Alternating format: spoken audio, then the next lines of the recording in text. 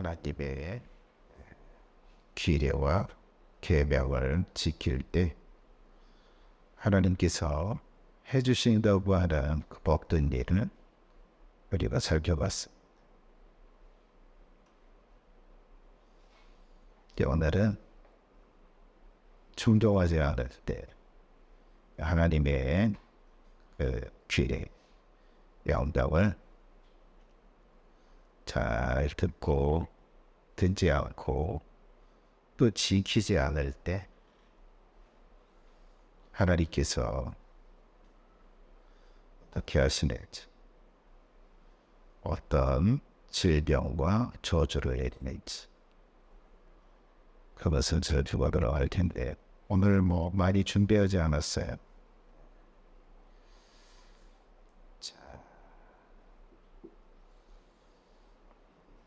오늘 본문 제가 세 구절을 좀 읽어드렸는데, 여기 오늘 중요한 단어가 한 4가지 정도 되는데, 오늘 이 단어만 좀 설명을 좀 하고 싶습니다.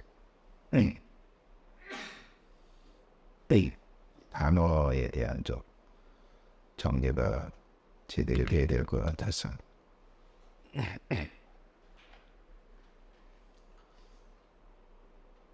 첫 번째 15절에 보면 뭐라고 그래요? 내 규례라고 그러죠. 내 규례를 멸시하며. 이 규례라고 하는 단어의 의미가 뭘까? 제가 오늘을 좀 가서 이렇게 보니까요.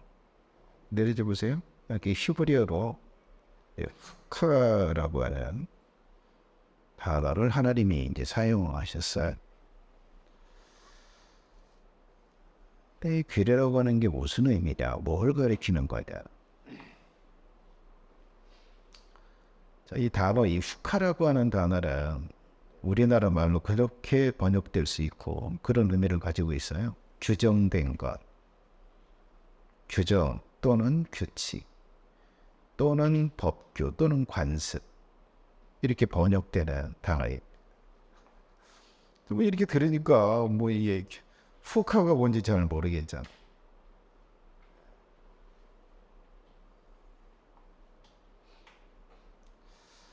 이 규례, 이 후카라고 하는 이 단어의 개념이 이제 그거예요. 여러 방법이 있어요. 그리고 여러 대상이 있습니다. 그 중에서 하나를 딱 지정한 거예요. 여러 방식이 있지만 이 방식, 이걸로 해라고 규정해서 주는 거. 여러 가지 것들이 있지만, 여러 가지 방법들이 있지만, 이 방법으로 해, 이걸로 규정을 딱 해서 이걸 하라고 딱 주는 게, 그게 후카, 그게 규례. 그래도 조금 이해하기 쉽지 않죠? 자, 예를 들면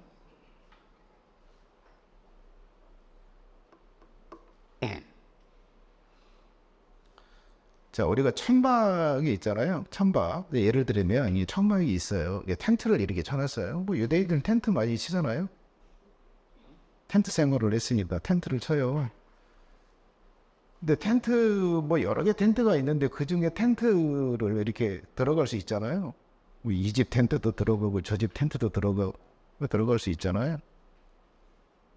근데 거기를 들어가지 말라고 하지 않아요.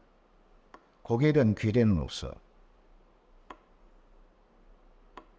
텐트에 들어갈 수 있고 들어가지 않을 수도 있는데, 근데 하나님께서 뭘 규례로 정하신다면 법궤가 있는 그 천막, 등잔 때 7 등잔불이 있는, 떡상이 있는, 향단이 있는 그 성소라고 하는 그 텐트에 아무나 들어오지 마. 다른 텐트 우리가 들어갈 수 있잖아요. 근데 그 텐트만 들어가지 마라. 그렇게 정한 게 후카예요. 규례예요. 우리가 여러 가지 텐트에 들어갈 수 있어요. 근데 하나님께서 규정을 딱 하신 게 뭐냐면, 너희들 텐트 들어갈 수 있어. 그건 들어가. 근데 이 텐트, 법궤와 이 거룩하게 지정한 이 텐트에 들어올 때는 들어오지 마라. 들어올 때는 누가 들어와? 내가 지정한 제사장만 들어와. 들어올 때는 옷을 이렇게 입어. 그리고 들어와. 들어와서는 이렇게 해라고 규정했어. 이게 바로 뭐예요? 훅하고 이게 규례예요. 이제 이해되셨어요? 그래서 이 레위기에는 규례들이 굉장히 많아요.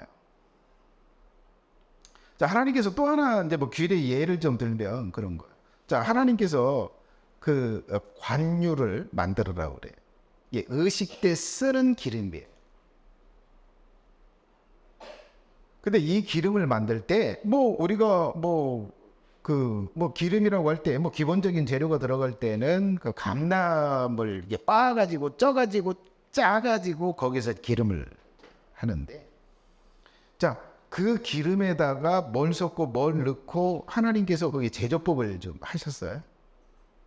그래서 그렇게 말씀하셨어요. 너희들 감람류의 기름을 짜서 먹을 수 있고 바를 수 있고 어디에다 쓸 수 있어. 그렇게 써.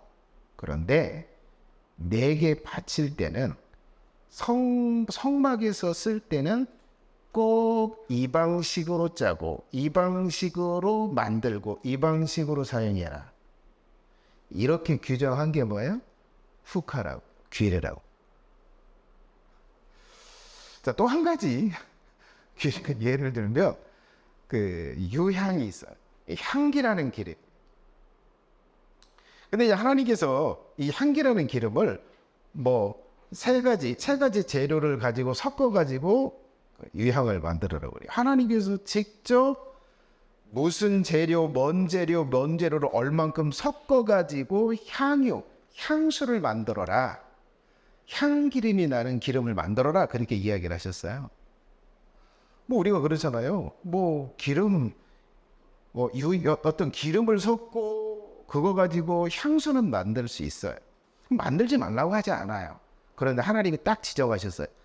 이 방식으로는 향수를 만들지 마. 이 방식으로는 만약 만들어서 쓰면 죽는다. 만드는 사람은 죽는다. 쓰는 사람 죽는다. 이게 바로 뭐예요? 후카예요. 규례예요. 근데 이 규례라고 하는 말의 의미를 좀 이해하셨어요? 자, 이 레위기에는 이런 규례들이 그런 규례들을 뭐 하라고요? 하나님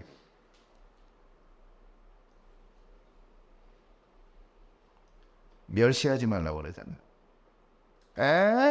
유양 뭐하고 섞으러 하지 말라고 하는데 애까지 건 그 방법으로 만들어 썼다 그러면 뭐 죽는다. 이 멸시하지 말래.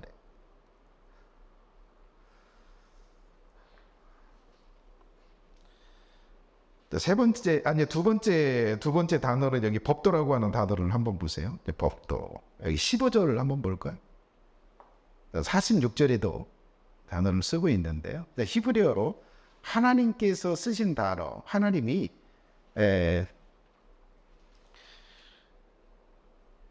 미시파트라고 하는 단어를 하나님께서 이제 사용을 하셨어요. 미시파트.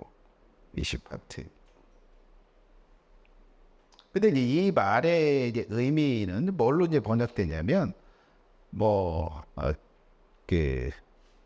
재판하다, 다스리다라고 하는 이 말에서 좀 변형이 돼가지고 만들어진 단어예요. 재판하다, 다스리다. 에서 나온 말이에요. 그게 마시파트라고 하는 단어고 법도라고 하는 단어인데요. 근데 그 의미는 뭐 우리나라 말로 그렇게 번역될 수 있어요? 심판, 재판, 공의, 법령, 뭐 기타 등등 이렇게 이제 번역되는 단어인데, 또 뭐 저것만 딱 들으면 참 이게 법도가 뭔지 미시파트가 뭔지 잘 모르잖아요. 이게 단어의 개념이 안 잡히잖아요.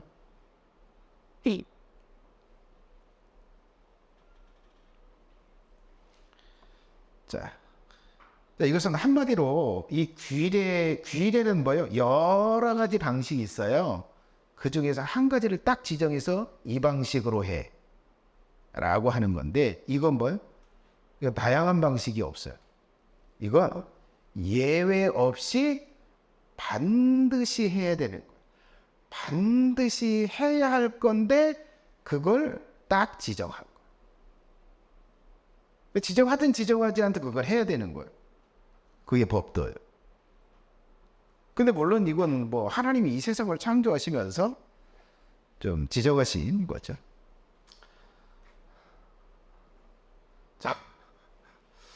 자, 뭐 제가 저렇게 좀 썼잖아요. 이것은 다양한 가능성 중에서 지정된 것이 아니라 당연한 것이고 예외가 없이 반드시 해야 할 것.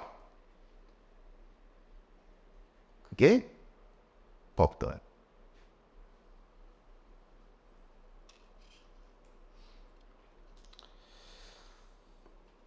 자, 그래서 대개 이것은 그거에 이제 사람 간에 사람이 사람을 대할 때는 예외 없이 반드시 해야 될 게 있어요. 혹시 그게 뭔지 아세요? 상대에게 피해를 주면 이건 예외가 없어요. 아이든 어른이든 부자든 가난한 사람이든, 네? 잘났든 못났든 예외 없이 누구나 내가 사람을 대할 때는 반드시 해야 할 게 있어요. 지켜야 할 게 있어요. 그리고 상대가 나를 대할 때 반드시 해야 되는 게 있어요. 예외 없이 해야 되는 게 있어요. 그게 바로 뭐라고요? 법도라고요. 이것은 대개 뭐예요? 윤리와 도덕과 관계가 돼 있어요. 그리고 사람 간에 마땅히 해야 하고 반드시 해야 될 것. 그리고 인간과 하나님 창조주와 피조물 간에 반드시 해야 될 그런 행동. 그것이 뭐라고요? 법다.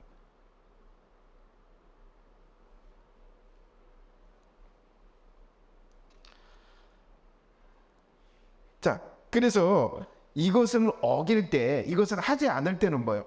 자, 어떤 거든 이 법도라고 하는 이것을 어떤 거라도 어겼다 그러면 뭐예요? 반드시 대가가 따라요. 반드시 재판을 받아요. 반드시 심판을 받아요. 그걸로 정해 놓은 게 법도예요. 이 법도라고 하는 단어의 개념을 좀 이해하셨어요? 하나님이 뭐라고 하세요? 법도 지키라고 하잖아. 이렇게 말씀하시죠. 마음에 내 법도를 싫어하여.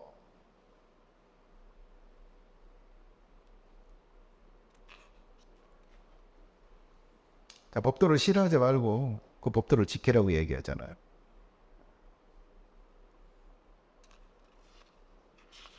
자, 여기에 해당되는 게 10계명이에요. 10계명. 앞에 4계명은 피조물인 인간이 하나님을 향해서 반드시 해야 될 것. 예외 없이 해야 되는 것. 누구나 다 해야 되는 것. 그걸 4계명을 정해놨는데, 그리고 뭐요? 인간과 인간 간에 반드시 해야 될 것. 예외 없이 해야 될 것. 그냥 존재함으로써 해야 되는 행동. 그게 이제 5가지. 6가지를 이제 주고 있죠. 그거라고 할 수 있어요. 그래서 이 규례와 법도는 본질적으로 좀 달라요. 예. 그 차이가 좀 있다. 자, 그리고 이제 다시 좀 올라와 가지고요. 계명이라고 하는 단어요. 자, 하나님께서 이 계명이라고 하는 단어를 미츠와라고 하는 단어를 사용을 하셨어요. 미츠와라고 하는 단어를 사용을 하셨는데, 자, 뭐 이 말이 어디서 나왔냐면 명령하다라고 하는 말에서 파생되어서 나왔어요. 어원은 뭐예요? 명령하다라고 하는 단어. 이 계명이라고 하는 것은 명령하다라고 하는 단어에서 나온 거예요. 이 미츠와라고 하는 이 단어가.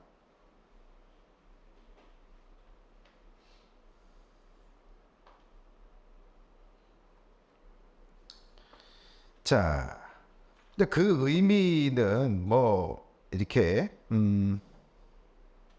명령이에요, 명령. 이게 명령인데, 자, 명령을 할 때 뭐예요? 명령을 내린다면 뭐예요? 이 지시를 하는 거예요. 야, 가만히 있어요. 가만히 있는데, 야, 너 이거 이렇게 해라고 오다가 내려오고, 지시가 내려오고, 명령이 내려오고, 어명이 떨어지는 거예요. 이걸 뭐라고 말해요? 미츠와라고. 규례하고는 또 다르고 법도와는 또 다른 거예요. 이게 어떤 대상에게 뭘 하라고 지시를 내리는 것, 그게 계명, 그게 미츠와예요.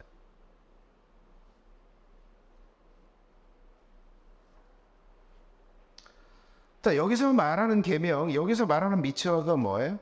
자, 성부 하나님, 성삼위 하나님, 성부, 성자, 성부 하나님, 여호와 하나님이 자신의 백성들에게, 인간에게 뭔가 하라고 지시를 내린 것, 그것이 미츠와.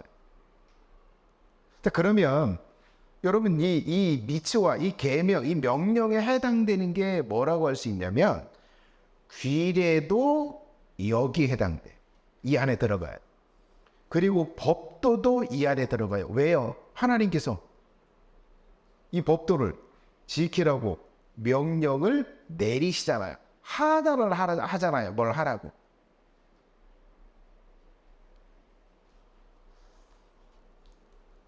물 좀 떠나주세요 라고 이렇게 이야기한다면 이게 바로 뭐예요? 미츠와한 거예요. 지시를 내린 거, 명령을 한 거. 그래서 예수님이 그 얘기 하잖아요. 내가 너희에게 새 계명을 주노니라고 말하잖아요. 명령이라고 번역하지 않아요. 계명이라고 번역했어요. 이건 지시를 내린 거. 사랑하라고 지시를 내린 거. 근데 이 사랑이라고 하는 게 뭐예요? 율법, 법도에도 들어가 있고 그래요. 그래서 이 계명, 이 미츠와라고 하는 건 굉장히 포괄적인 거예요. 거기에 규례도 들어가 있고 법도도 들어가 있는 거예요. 그리고 이제 이건 뭐 누가 이야기한 것처럼 인도와도 관계된 단어다라고 할 수 있어요. 이 계명, 명령, 미츠와가 이 단어가.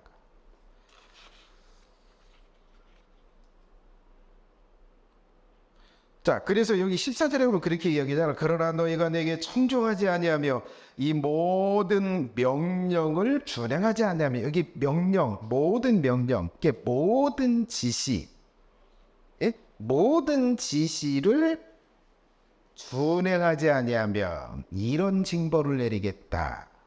지시를 지시. 자, 마지막 네 번째 단어인데요. 네, 언약이라고 하는 단어를 하나님이 또 여기 쓰셨어요. 자, 15절 맨 마지막에 보면 이렇게 이야기하죠. 내 규례를 멸시하며 마음에 내 법도를 싫어하여 내 모든 계명을 준행하지 아니하며 내 언약을 배반할진대. 이렇게 말하는데요. 하나님께서 쓰신 단어가 베리트라고 하는 단어를 사용하셨어요. 언약을 지켜라. 언약을 지키지 않으면 징벌과 저주가 내릴 거다. 이 베리트라고 하는 단어를 썼어요. 근데 우리나라 말로 번역될 때 이렇게 번역돼요. 언약, 계약, 조약, 협정, 서약 등으로 번역되고 이런 의미를 좀 가지고 있어요. 자, 그러면 이 정확한 개념이 뭐냐? 이 베리트라고 하는 이 단어의 정확한 개념.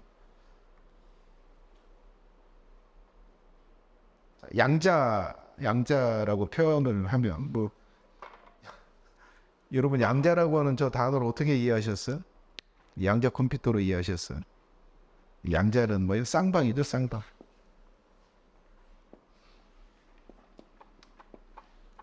쌍방, 양자. 이쪽이나 이걸 가르칠 때 이제 양자라고 이렇게 표현을 하잖아요. 자, 여러분 양자 간에, 예? 자, 이 사람이나 이 사람, 이 존재나 이 존재 둘 간에, 예? 서로가 무엇을 어떻게 하겠다고 어떻게 하겠다고 약속을 하는 거예요. 이게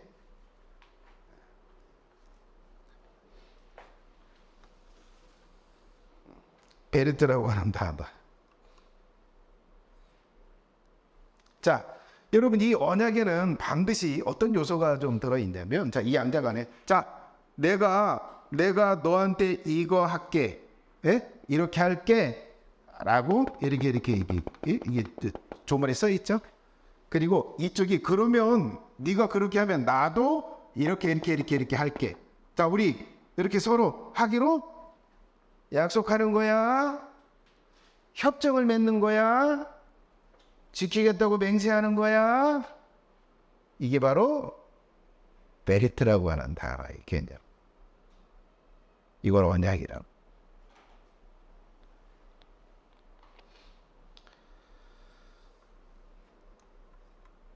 자, 그러면 여기서 말한 언약은 무엇을 말할까요? 자, 하나님. 자, 뭐 이 양자라고 이렇게 좀 그리기는 좀 하나님 앞에 좀 그러니까요. 위아래로. 위아래. 자, 하나님. 그리고 이스라엘 백성. 자, 여러분, 하나님과 이스라엘이 뭘 맺었어요? 서로가 뭔가 하겠다고 서약을 한 거예요. 약속을 했어요. 그것을 지키라고 이야기하는 거예요. 그거 어기면 징벌과 저주를 받는다라고 이야기하는 거예요. 자, 여러분, 하나님과 이스라엘이 어떤 언약을 맺었어요? 어떤 언약을 맺었어요? 시내산 언약을 맺었잖아요. 내가 너희들의 하나님이 되어줄게. 내가 너희들을 이 세상의, 이 지구상의 모든 나라 중에서 너희를 제사장 나라로 삼아줄게. 내가 너희들에게 복을 줄게. 내가 너희들을 내 백성으로 여겨주고 대우해 줄게. 이것이 하나님께서 이스라엘 백성들에게 하겠다고 맹세하고 약속한 것. 그러면 이스라엘 백성들은 하나님 앞에 무엇을 하겠다고 약속했을까요? 규례를 지키겠어요. 그리고 법도를 지키겠어요. 그리고 지시, 명령을 지키겠습니다. 이렇게 약속을 해서 뭐가 맺어졌어요? 언약이 맺어졌어요. 하나님이 뭐 하시라는 거예요? 그걸 지켜라. 그거 배반하지 말고 지켜라. 그거 배신하지 말고. 자, 그거 배신하면, 그거 지키지 않고 배신하면 뭐 하겠다고요? 자, 다음 주부터 이야기하는 그 저주와 징벌이 내려질 것을 이야기를 하세요. 그래서 크게 네 가지를 지켜서 준행하라고 그래요. 뭐요? 규례, 법도, 명령, 그리고 하겠다고 맺은 언약.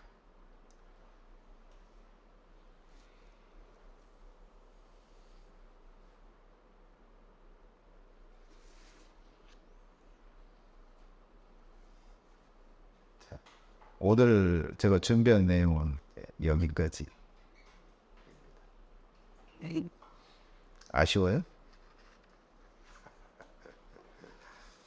자, 이 첫 번째 저주 16절을 제가 준비하기는 좀 했는데 조금 더 좀 연구하고 그래서 다음 주에 나눠드리도록 하겠습니다.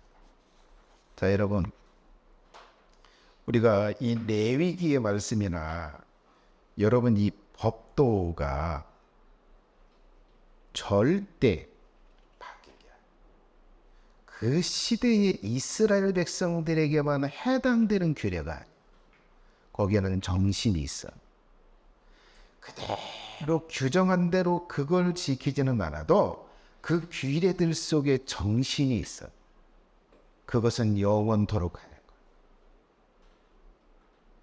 그리고 법도라고 제가 말씀드렸죠. 여러분 쌍방간에 인간이라면 서로가 서로에게 마땅하고 당연히 해야 될 게 있어. 자, 오늘 그 로마서 1장 30 몇 절 이하에 이제 그 말씀이 있잖아요. 부모에게 거역한 자는 뭐예요? 사형에 해당한다고 얘기했잖아요. 예? 이 자식이 부모에게 마땅히 해야 될 법도가 뭐냐? 마땅히 해야 될 행동. 순종하기. 그대로 따르는 거. 어리버리하고 수준 떨어지는 걸 가르쳐도 그걸 그대로 준행한다면 뭐예요? 하나님이 뭐 하세요? 그걸 바꿔서 복으로 주세요. 그게 어리숙한 거라. 시대에 뒤떨어진 거라 할지라도 그걸 그대로 따르잖아요. 그 방식으로 한다고 수준 떨어지는 게 하나님이 하시는 거. 하나님이 책임지는 거. 근데 우리는 시대에 뒤떨어진다고 무시하죠. 거역하죠. 면박주죠. 죽일 죄. 사형에 해당하는 죄다. 자, 여러분, 이게 사람과 사람 간에 지켜야 할 법도인 거예요, 법도. 존재함으로써 마땅히 해야 될 거예요. 이 예외 없이 해야 되는 거예요. 이런 것들을 잘 지켜요. 이것이 지금도 여전히 유효하다. 기도하겠습니다. 그런 기도를 좀 드렸으면 좋겠어요. 이 레위기에 이스라엘 백성을 거룩하게 구별하기 위해서 규례를 주시고 법도를 주시고 명령을 주시고 언약을 맺으셨어요. 하나님, 내가 이것들을 정확하게 알고 이것들을 행함으로써 하나님 앞에 저주를 받지 않고 하나님의 사랑을 입고 하나님의 은총을 입고 하나님의 복을 입는 영혼이 되게 해주세요. 주의 법도를 내게 가르쳐 주세요. 주의 규례를 내게 깨닫게 해주세요. 기도하겠습니다.